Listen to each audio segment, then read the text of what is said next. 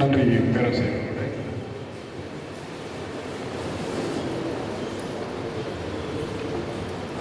அண்மையில் இவை ராமசாமி நாயக்கருக்கு பெரியார் பட்டம் கொடுத்தது தவறு அப்படின்னு சொல்லிட்டு ஒரு பதிவு. அந்த பதிவு உடனே வைரலாக ஆரம்பிச்சிச்சு.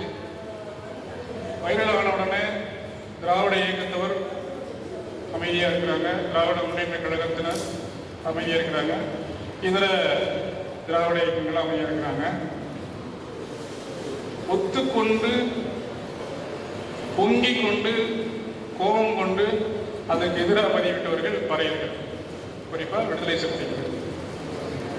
எத்தனை பணி கொடுத்தாவது திராவிடத்தை காப்போம் என்று திருமாவளவன் அவர் சொன்னார். இனியும் கொலை செய்வதற்கு திட்டமிட்டிருக்கிறார், கட்சிகளுக்கு தெரியும். இப்போ இந்த பதிவை போட்டதுக்காக அந்த கட்சியிலிருந்து கடுமையான எதிர்ப்பு. அழகிய பிரிவன் ஒரு எழுத்தாளர் பொங்குகிறார், யாழநாதில் ஒரு கவிஞர் பொங்குகிறார். இப்படி தவறா ஒருத்தருக்கு பட்டம் கொடுத்து தற்கொலை சமூகமாக இந்த சமூகத்தை, புதுக்குடி பணியாளர் சமூகத்தை மாற்றி இருக்கிற இந்த சூழலில் நாம் மிக சரியாக ஒருத்தரை அடையாளம் கண்டு இந்த பெரியார் பட்டத்தை நாம் வழங்குவோம். அது ஐயா எம்எல்ஏ ராமச்சந்திரன் அவர்களுக்கு பெரியார் பட்டம் வழங்குவோம். அதுக்கான விழா மிக சிறப்பாக எடுத்துக்கொள்ளும். இங்கே வந்திருக்கிற அத்தனை பேரும் வந்திருந்து அன்று நீங்கள் வாழ்த்த வேண்டும்.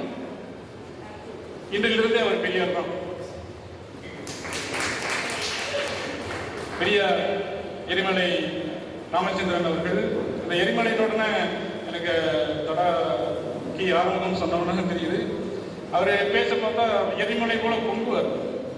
அதாவது கிறுக்கு வீரமணியை அவர் பேச்சை கேட்டால் 3 தடவை தொடர்ச்சியை கேட்டால் கிறுக்கு வீரமணியை அடிச்சிருவார் நேரில் பார்த்தாங்க. அந்த அளவுக்கு அவருடைய உரை எரிமலை போல பொங்கி உணர்ச்சி ஊட்டக்கூடிய அளவிற்கு இருந்ததுனால் அவருக்கு எரிமலை என்று நினைத்தேன். ஆனால் அவர் வரலாற்று ஒரு சிறப்பான காரணம் சொன்னார். அப்படிப்பட்ட அவர் இந்த நூலை எப்படி எழுதியிருக்கிறார் என்றால், நம்ம இவே ராமசாமி நாயக்கர் போல, அது நம்ம ஊர்ல கிராமப்புறங்க குண்டக்க மண்டக்கன்னு சொல்லுவாங்க. குண்டக்க மண்டக்க பேசாம, அதாவது தான் விதமக்கள் கவனத்திற்கு எடுத்து செல்ல வேண்டிய ஒரு முக்கியமான தேவை இருந்தும் எந்த வகையிலும் சமரசம் கொள்ளாமல் அவருடைய எழுத்து நடையை கையாண்டிருக்கிறார். அதான் இங்க அவர் ஒரு அரசியல்வாதி, எனக்கு தெரிஞ்ச நீண்டகால அரசியல்வாதி.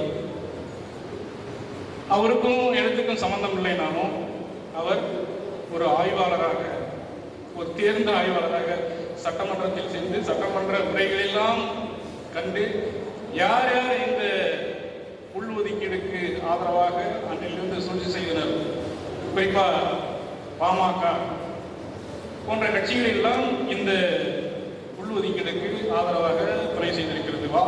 பாமக இருக்கிற வாக்கு வங்கி வட்டாரத்தில் அருந்தியர்கள் இல்லை. ஆனால் எங்கோ வாழ்கிற அருந்தியர்களுக்கு அவங்க வரிந்து கட்டி கொண்டு உள்ஒதுக்கீடை தேடுகிறார் என்றால் அவர்கள் வட்டாரத்தில் வாழ்கிற வரையறைகளை வீழ்த்த வேண்டும் என்ற சூழ்ச்சி. இப்படி பல்வேறு காரணக்காரிகளை இந்த நூலில் எடுத்தாந்திருக்கிறார்.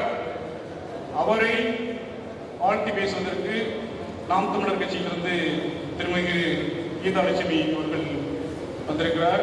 அதற்கு முன்னதாக திரு ரேணு அவர்கள் பெரியார் எரிமலைக்கு பொன்னாடை கொடுத்து சிறப்பித்து அவர் கிளம்புறார்கள்.